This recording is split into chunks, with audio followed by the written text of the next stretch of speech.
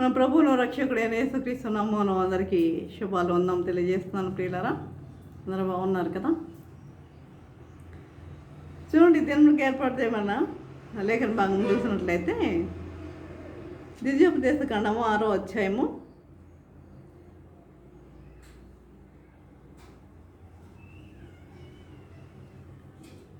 12వ వచనం చూద్దాం. చూడండి,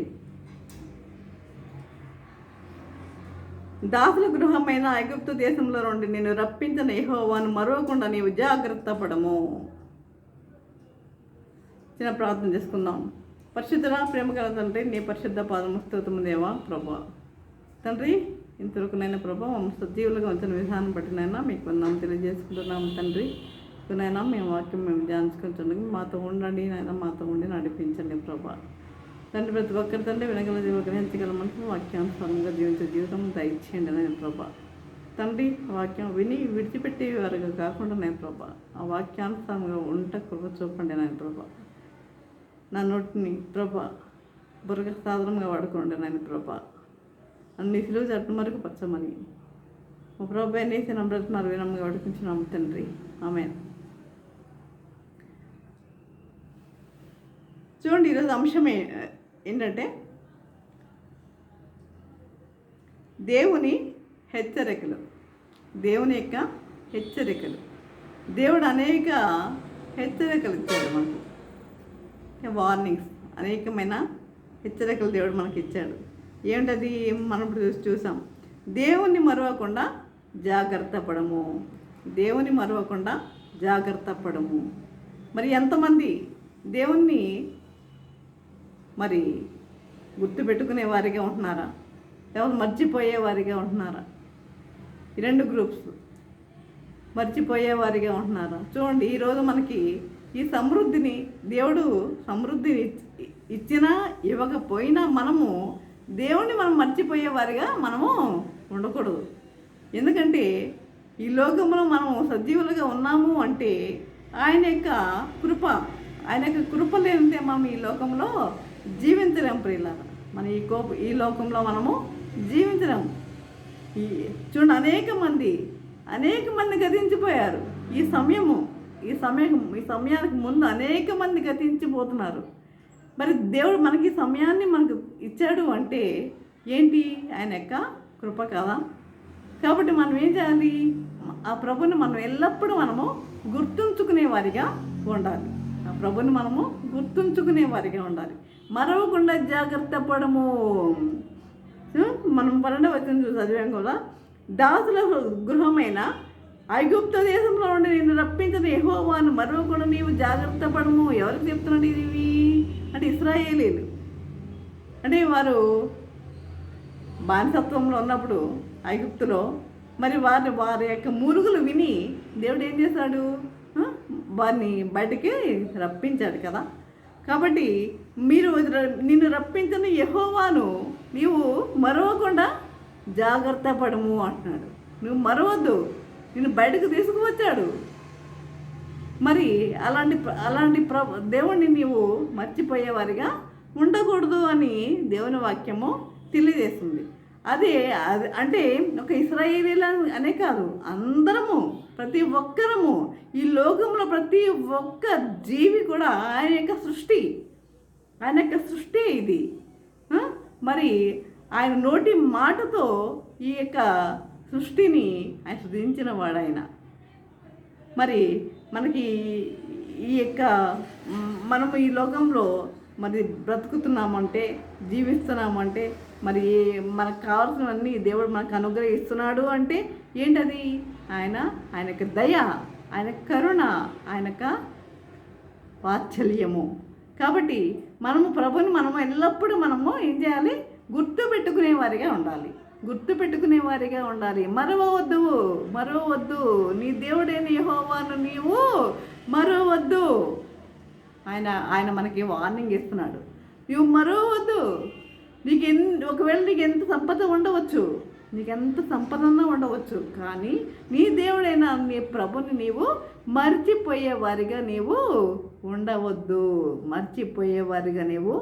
ఉండవద్దు. కాబట్టి ప్రియులారా, ఒకవేళ సంపద లేనివారు ఉండవచ్చు, వాళ్ళు కూడా మీ ప్రభుని మర్చిపోయేవారిగా ఉండకూడదు.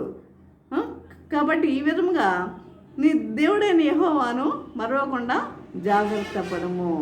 తర్వాత దేవుణ్ణి తిరస్కరించదవేమో జాగ్రత్త పడము. అది ఏబు గ్రంథం 36:18 మనం చూస్తాము. ఏబు గ్రంథము 36:18 మనం చూసినట్లయితే చూడండి, 36:18 నీకు క్రోధము పుట్టుచున్నది కనుక నీవు ఒకవేళ తిరస్కారం చేయదువేమో జాగ్రత్త పడము. నీవు తిరస్కారం చేస్తావేమో, ఒకవేళ నీకేమి లేవని నీకేమి లేవని నీవు దేవుణ్ణి తిరస్కరిస్తున్నావా? లేకపోతే నీకు అన్నీ ఉన్నాయని నువ్వు దేవుడిని తిరస్కరిస్తున్నావా? నీకు అన్నీ ఉన్నాయి, దేవుడు నీకు అన్నీ సమృద్ధిగా దయచేశాడని నువ్వు దేవుడిని తిరస్కరిస్తున్నావా? అది కూడా వద్దు. లేదని నువ్వు తిరస్కరించవద్దు. లేవు, దేవుడు నాకేమి ఇవ్వలేదు అని కొంతమంది తిరస్కరించేవారిగా ఉంటారు. నాకు అన్నీ ఉన్నాయి అని చెప్పి దేవుడిని తిరస్కరించేవారిగా ఉంటారు. మరి ఆ విధంగా నువ్వు తిరస్కరించే వారిగా ఉండవద్దు అని కూడా దేవుని వాక్యం ఇక్కడ మనకి తెలియజేస్తుంది. అదే చూడండి, వేషధారణ గురించి జాగ్రత్త పడము అంటున్నాడు.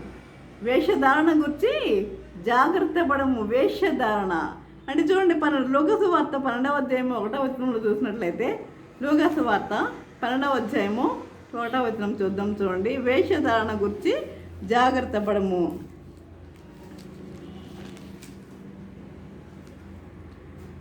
అందులో ఒకరికొకడు తొక్కున్నట్లు వేల కొలది జనులు కూడినప్పుడు ఆయన తన శిష్యులతో మొదట ఇట్లని చెప్పసాగాను. ఏమని?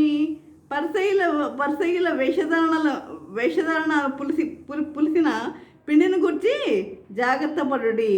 మరుగైనదేదియు బయలుపరచబడకపోదు, రహస్యమైనదేదియు తెలియబడకపోదు.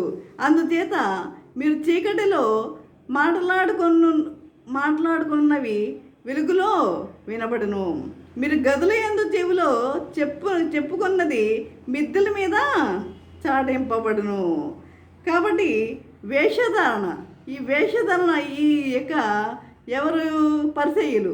వీళ్ళంతా ఈ వేషధారణ సంబంధించిన వాళ్ళు. వీళ్ళంతా పులిసిన పిండిని గురించి జాగ్రత్త పడండి అంటున్నాడు ప్రభు. పులిసిన పిండిని గురించి జాగ్రత్త పడండి అంటున్నాడు.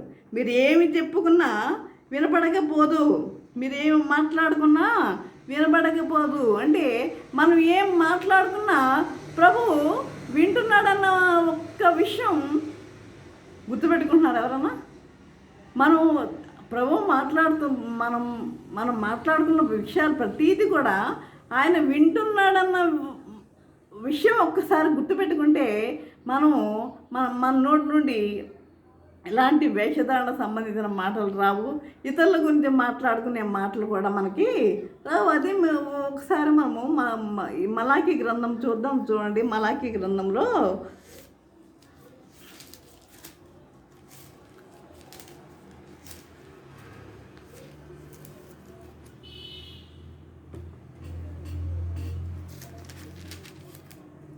చూడండి ఏమన్నా ఇక్కడ మలాకీ గ్రంథం 3వ అధ్యాయంలో 16వ వచనంలో, అప్పుడు యెహోవా యందు భయభక్తులు గలవారు ఒకరితో ఒకరు మాట్లాడుకొనుచుండగా, యెహోవా యందు భయభక్తులు గలవారు ఒకరితో ఒకరు మాట్లాడుకొనుచుండగా యెహోవా ఏం చేస్తాడంట? చెవియొగ్గి ఆలకిస్తున్నాడంట. చూసారా? చెవియొగ్గి ఆలకిస్తున్నాడంట. నువ్వేం మాట్లాడుకుంటున్నావు అన్నీ కూడా ప్రభు వింటున్నాడు అన్న విషయాన్ని మనం గుర్తు చేసుకోవాలండి. ఆయన మనం మాట్లాడుకున్న ప్రతి మాట కూడా ఆయన వింటున్నాడు అన్న విషయాన్ని మనం గుర్తు చేసుకోవాలి. కానీ మనము నలుగురు తేరినప్పుడు, 2-3 తేరినప్పుడు ఇక్కడే అంటున్నాడు కదా, ఒకరితో ఒకరు మాట్లాడుకుంటుండగా యెహోవా చెవియొగ్గి ఆలకిస్తాడు. ఆయన మన మాటలను ఆలకిస్తాడు. కాబట్టి మన నోటి నుండి ఎలాంటి మాటలు రావాలి, ఏ విధంగా మాట్లాడాలి మనం యెహోవా యందు భయభక్తులు గలవారే. మరి దేవుని సన్నిధిలో ఉన్నంతసేపు చక్కగా దేవుని వాక్యాన్ని వింటారు. బయటికి రాగానే కొంతమందిలో అందరిని గురించి నేను అంటలేదు, కానీ కొంతమందిలో బయటకు రాగానే ఏంటి వాడు ఇష్టానుసారంగా మాట్లాడుకునే వారిని కూడా అనేక మందిని చూశాను. కాబట్టి అలాంటి జీవితం మనకి వద్దు. అలాంటి మాటలు దేవునికి ఇష్టం లేనివని మనం ఒకసారి గుర్తు చేసుకునే వారిగా ఉండాలి. కాబట్టి ఈ విధముగా మనం ఏం చేయాలి? దేవుని యందు మనము భయభక్తులు కలిగి జీవించే వారిగా ఉండాలి. ఆయన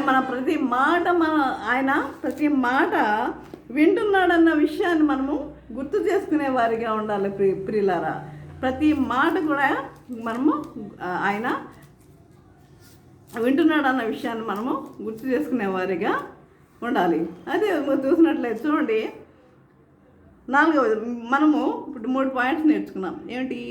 దేవుని మరవకుండా జాగ్రత్త పడు. అర్థమైందా? దేవుణ్ణి మరవకుండా జాగ్రత్త పడండి. మరవద్దు, ఎట్టి పరిస్థితుల్లో మరవద్దు. నీకు వ్యాధులు రావచ్చు, కష్టాలు రావచ్చు, నష్టాలు రావచ్చు, ఏమన్నా రావచ్చు, నీవు దేవుణ్ణి మరవద్దు. దేవుడు నీకు ఒక పరీక్ష ఇచ్చాడేమో, నీవు దేవుణ్ణి మాత్రము మరవద్దు అని దేవుని వాక్యం తెలియజేస్తుంది. అదే విధంగా దేవుని తిరస్కరించదువేమో, నీకేం లేదని దేవుని తిరస్కరిస్తున్నావా? లేకపోతే నీకు అన్నీ ఉన్నాయని దేవుని తిరస్కరిస్తున్నావా? తిరస్కరించవద్దు, తిరస్కరించకుండా జాగ్రత్త పడు అంటున్నాడు.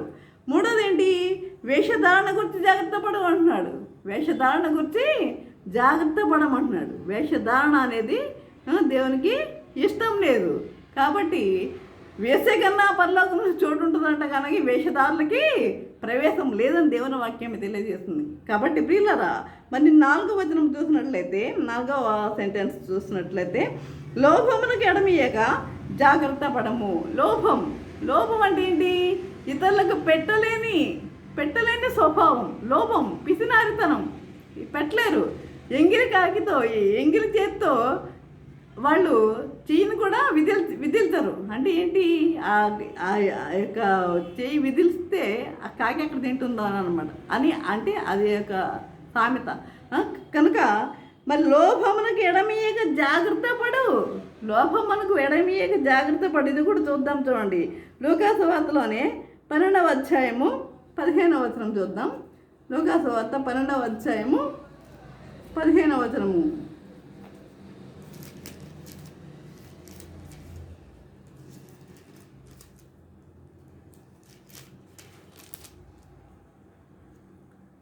చూడండి, 15వ వచనం చూడండి.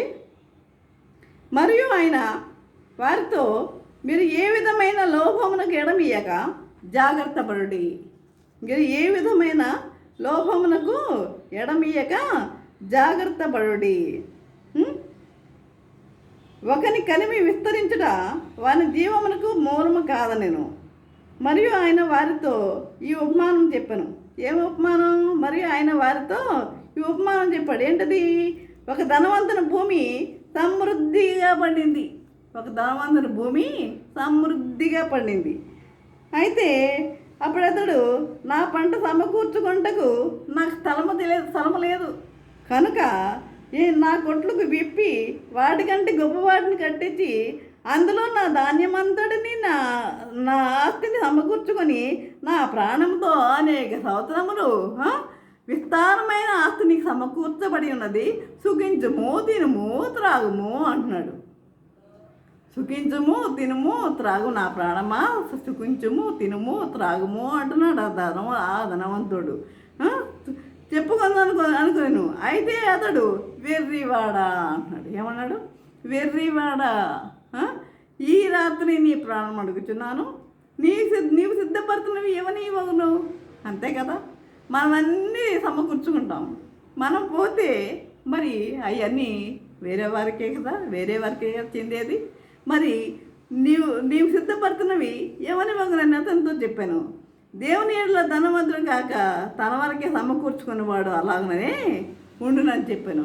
మరి ఈ ధనవంతుడు ఈ విధంగా ఉన్నాడు. మరి అయితే దావీదు ఏం చెప్తున్నాడు? నా ప్రాణమా, నా ప్రాణమా, నా అంతరంగంలో సమస్తమా, నీవు చేసిన ఉపకారంలో దేనిని కూడా 103వ కీర్తన ఒకసారి చూడండి. 103వ కీర్తన.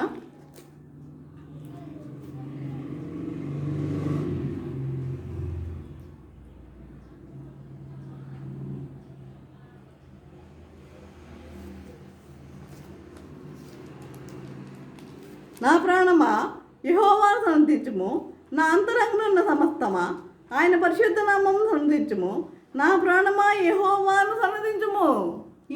దావీదేమన్నాడు? యెహోవాను సన్నతించుము, నా ప్రాణమా యెహోవాను సన్నతించుము అన్నాడు. అంటే ఈ ఆస్తిపాస్తుల మీద దావీదుకి ఇలాంటి వ్యామోహము లేదు.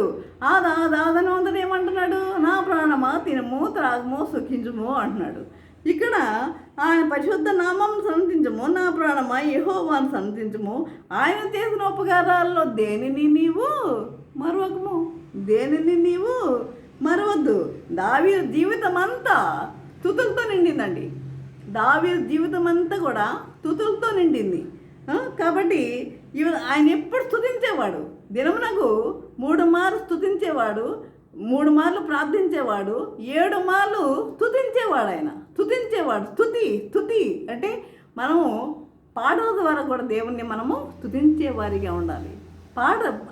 ఆయన యొక్క దేవుణ్ణి చూడండి, యెషయా గ్రంథంలో దేవదూతలందరూ పరిశుద్ధుడు పరిశుద్ధుడు పరిశుద్ధుడు పరిశుద్ధుడు పరిశుద్ధుడు పరిశుద్ధుడు పరిశుద్ధుడు నిత్యము గాన ప్రతిగానాలతో వారు దేవుణ్ణి స్తుతిస్తూ ఉంటున్నారు కదా. మరి మనము దేవదూతలు ఆ విధంగా స్తుతిస్తూ ఉంటే మనం ఎందుకు స్తుతించలేకపోతున్నాము? దేవుణ్ణి ఎందుకు స్తుతించలేకపోతున్నాం అంటే ఏంటి అక్కడ అర్థం? దేవుణ్ణి మనము మర్చిపోతున్నామనే అర్థం అక్కడ అర్థమవుతుంది. దేవుణ్ణి మనం మర్చిపోయే వారిగా ఉన్నాము ప్రియులారా. కాబట్టి చూడండి, ఈ విధంగా లోభమునకు మనం ఎడమేయద్దు. లోభమునకు ఎడమేయక జాగ్రత్త పడు. లోభము పిసినారితనము వద్దు. ఏదన్నా మనకు ఉన్నది ఇతరులకు మనము ఇచ్చేవారిగా ఉండాలి, దానము చేసేవారిగా ఉండాలి. అంతేగాని మనము ఈ లోభము అనేది మనకి ఉండకూడదు.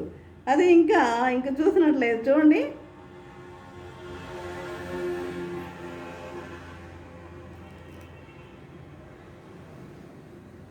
పేతురు రాసిన 2వ పత్రిక 3వ అధ్యాయము 17వ వచనం ఒకసారి చూసినట్లయితే, 2వ పేతురు 3వ అధ్యాయము 17వ వచనము.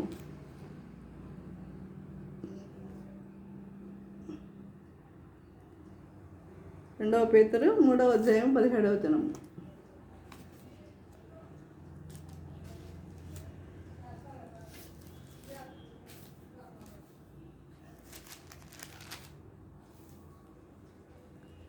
ప్రియులారా, మీరు ఈ సంగతులు ముందుగా తెలుసుకుని ఉన్నారు కనుక మీరు నీతి విరోధుల తప్పు బోధల వలన తొలగింపబడి మీకు కలిగిన స్థిర మనసును విడిచి పడిపోకుండా, తప్పు బోధల వలన అనేక మంది ఇలా పడిపోయేవారు ఉన్నారు, పడేసేవారు ఉన్నారు, వారికి లొంగిపోయేవారు అనేక మంది ఉన్నారు.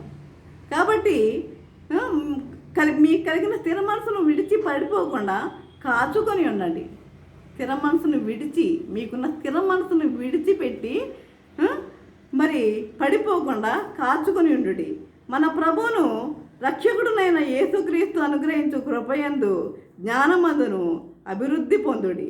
ఆయనకి ఇప్పుడును యుగాంత దినమున వరకు మహిమ కలుగునుగాక.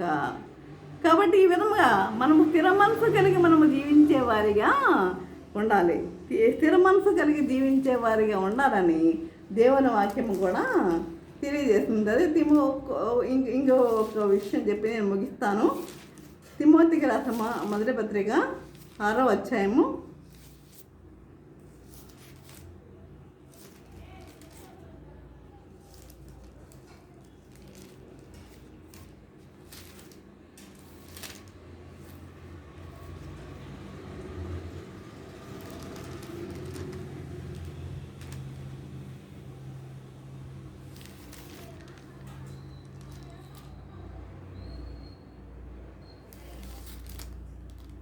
చూడండి, ఇది ఒకటి చెప్పి నేను ముగిస్తాను.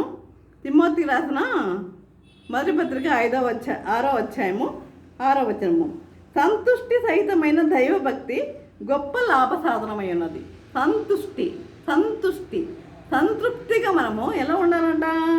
దైవభక్తి కలిగిన వారమై ఉండాలంటున్నాడు. దైవభక్తి కలిగిన వారమై ఉండాలి. దైవభక్తి గొప్ప లాభ సాధనమై ఉన్నది. మనం ఈ లోకంలోనికి ఏమీ తేలేదండి. ఏమి తీసుకొచ్చామా? ఏమన్నా తెచ్చామా ఈ లోకానికి? పడి పుట్టినప్పుడు కనీసం మన ఒంటికి అంటిన మైలను కూడా తుడుచుకోలేని స్థితిలో మనం వచ్చాం. ఇగో మీ తల్లి అంటే విశ్వాసం, అంతే. ఆమె మా తల్లి, అంతే. అది విశ్వాసం. కాబట్టి ఇక్కడ మనం ఈ లోకంలోనికి ఏమీ తేలేదు, దీనిలో నుండి ఏమీ తీసుకొని పోలేం, ఏమీ తీసుకొని పోలేం. కనుక అన్న వస్త్రములు గలవారమై ఉండి వాటితో తృప్తి పొంది ఉందము. చాలు. ఈరోజు గురించి ఆలోచించండి, ఈరోజు గురించి ఆలోచించండి. నిన్నటి దినం అయిపోయింది, పాస్ట్ ఇస్ డెడ్. నిన్నటి దినము అయిపోయింది. ఈరోజు గురించి ఆలోచించండి. ఈరోజు ఆహారం, అంతే. రేపటి గురించి మనకు తెలియదు, రేపు ఏమవుతుందో తెలియదు. ఏనాటికి ఆనాటికి చాలును. రేపటి దినం గురించి చేస్తే ఇప్పటికి మన దేవుని వాక్యం తెలియజేస్తుంది. కాబట్టి మనం రేపటి గురించి మనం ఆలోచించొద్దు. రేపు ఏమవుతుందో, ఏమి జరుగుతుందో అని మనం ఆలోచించొద్దు. అది చూసుకునేది ఎవరు? మన ప్రభువు. కాబట్టి మనం రేపటి గురించి మనం ఆలోచించేవారిగా ఉండదు. కనుక మనం ఈ లోకంలోకి ఏమి లేదు, దీనిలో నుండి ఏమి తీసుకొని పోలేము. కాగా అన్నవసరము గలవారమై ఉండి వాటితో తృప్తి పొంది ఉందము. అన్నవసరము గలవారమై ఉండి తృప్తి పొంది ఉందము. ధనవంతులగుటకు అపేక్షించేవారు, ధనవంతులగుటకు అనేక మంది ధనం సంపాదించాలని అపేక్ష కలిగిన వారు ఉంటారు. ధనం ఎక్కడ పట్టుకెళ్తారు? ధనం ఎక్కడ తీసుకెళ్తారు సంపాదించి? చూడండి, అలెగ్జాండర్, అదని చెప్పాలంటే చాలా టైం పడుతుంది. అలెగ్జాండర్ ఎంత సంపాదించాడు? ఏం తీసుకెళ్ళాడు? మనం తీసుకెళ్ళాడా? కాబట్టి ఈ విధముగా మరి ధనవంతులను అపేక్షించేవారు శోధనలోను, ఉరిలోను, అవివేకయుక్తములకు హానికరములైన అనేక దురాశల్లోనూ పడతారు. ఎప్పుడైతే ధర్మ సంపాదించాలనే ఆశ మీకు కలిగి ఉన్నదో వాళ్ళు ఏమైపోతారంట? శోధనలో, ఉరిలో పడతారంట. శోధనలో అలా పడిన వారు మన బైబిల్ గ్రంథంలో అనేక మంది ఉన్నారు. ఆకాన్ చూడొచ్చు, అనయ్య సఫీరాలను చూడొచ్చు, గిహాదీని చూడొచ్చు, ఇంకా అనేక మంది ఉన్నారు. వీళ్ళందరూ ధన అపేక్ష కలిగిన వారు వీళ్ళంతా. కాబట్టి మనకి అవన్నీ తెలుసు కూడా మనం ఏం చేస్తున్నాం?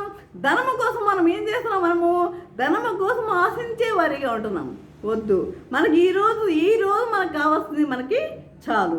ఈరోజు కావాల్సింది మనకి చాలు, అంతే. దేవుడు మనకి ఇచ్చాడు, అది చాలు. ధనవంతులుగా అపేక్షించే వారు శోధనలోను, ఊళ్ళోను, అవివేకయుక్తములుగా హానికరములైన అనేక దురాశలను పడతారు. అట్టివి మనుషులను నష్టంలోను, నాశనంలోను ముంచివేయను. ఎందుకనగా ధనాపేక్ష సమస్తమైన కీడులకు మూలం. ధనాపేక్ష సమస్తమైన కీడులకు మూలము. కొందరు దాన్ని ఆశించి విశ్వాసం నుండి తొలగిపోయి నానా బాధలతో తమ్మును తామే పొడుచుకున్నరి. ఈ ధనము కోసం చంపుకున్న వాళ్ళు అనేక మంది ఉన్నారు. ఎందుకు? దేనికి? కాబట్టి దైవజనుడా, నీవైతే వీటిని విసర్జించు. ఎవరు చెప్తున్నారు ఈ మాటలు? భక్తుడైన పౌలు తన ఆత్మీయ కుమారుడైన తిమోతికి తెలియజేస్తుంది. దైవజనుడా, నీవైతే వీటిని విసర్జించు. ఇవద్దు నీకు. నీతిని, భక్తిని, విశ్వాసమును, ప్రేమను, ఓర్పును, సాత్వికమును సంపాదించుకుంటూ ప్రయాసపడము. నీతి, భక్తి, ఓర్పు, సాత్వికం ఉన్నాయి. ఇవి చెప్పిన వాటిలో ఒకటన్నా మనలో ఉందా? ఇది ఒకటన్నా మనలో ఉందా? చాలామంది చెప్తున్నారు. చెప్పిన వాళ్ళలో ఉన్నదా? వినే వాళ్ళలో ఉన్నదా? చెప్పే వాళ్ళలో అసలు ఉందా? ముందు చెప్పే వాళ్ళలో ఉండాలి కదా. చెప్పే వాళ్ళలో ఉందా? ప్రేమ అనేది ఉందా? ఓర్పు అనేది ఉందా? సాత్వికం అనేది ఉందా? ఈ వీడు సంపాదించుకోవడానికి ప్రయాసపడము. విశ్వాస సంబంధమైన మంచి పోరాడము నిత్య జీవం చేపట్టము. దాన్ని పొందుటకు నీవు పిలువబడి అనేక సాక్షులు ఎదుట మంచి ఒప్పుకుంటేవి. కాబట్టి పిల్లారా, కాబట్టి దేవుడు మనకి ఇచ్చిన హెచ్చరికలు. కాబట్టి మన విధముగా ఆయన ఇచ్చిన హెచ్చరికలు మనం పాటించే వారిగా ఉండాలి. ఇవన్నీ మనం తెలుసుకుని ఉంటే మన జీవితం ఎలా ఉంటుందో తెలుసా? సక్రమంగా ఉంటుంది. దేవుని భయభక్తి కలిగి జీవించడం చాలు. సంతుష్టి సహితమైన దైవభక్తి గొప్ప లాభసాధనమై ఉన్నది. భక్తి కలిగి జీవించే వారిగా ఉండాలి. అది చాలు. మనకి ఈ లోకంలో మనం ఏమి తీసుకెళ్ళాం. ఈ భక్తి అనేది మనకి చాలు. ఆ విధంగా జీవించాలని ప్రభు కోరుకుంటున్నాడు. ఆయన కోరిక అది. ఆ విధంగా జీవించడానికి పరిశుద్ధాత్మ దేవుడు సహాయం చేసి నడిపించను గాక. ఆమేన్. చిన్న ప్రార్థన చేసుకుందాం. పరిశుద్ధుడా, ప్రేమ గల తండ్రి, నీ పరిశుద్ధ పాదము స్తుతం దేవా ప్రభా. తండ్రి, ఇంతవరకు నేను ప్రభా నీ వాక్యం ద్వారా తండ్రి మాతో మాట్లాడిన విధానం బట్టి నైనా మీకు వందనం తెలియజేసుకుంటున్నాం దేవా. ఇదిగోనైనా తండ్రి, మీరు మాకు ఇచ్చిన హెచ్చరికల గురించి మేము ధ్యానించుకుని ఉన్నాం నైనా ప్రభా. తండ్రి, ఎంతమంది అయితే విని ఉన్నారో నాయన ప్రభా, ప్రతి ఒక్కరూ మరి ఈ యొక్క హెచ్చరికలు ప్రతి ఒక్కరూ వారి జీవితాల్లో అన్వయించుకుంటూ నీ కృప అనుగ్రహించమని నజరేయుడైన యేసయ్య బ్రతిమాలు వినముగా వేడుకొంచున్నాం తండ్రి. ఆమేన్. తండ్రి అయిన దేవుని ప్రేమయు, కుమారుడైన యేసుక్రీస్తు కృపయు, పరిశుద్ధాత్మక అన్యోన్య సహవాసము సకల దేవుళ్ళు సదాకాలము ప్రభా. తండ్రి, ఎంతమంది అయితే ప్రభా వాక్యం విని ఉన్నారు ప్రతి ఒక్కరికి తోడే నిల్చుండును గాక. ఆమేన్, ఆమేన్, ఆమేన్.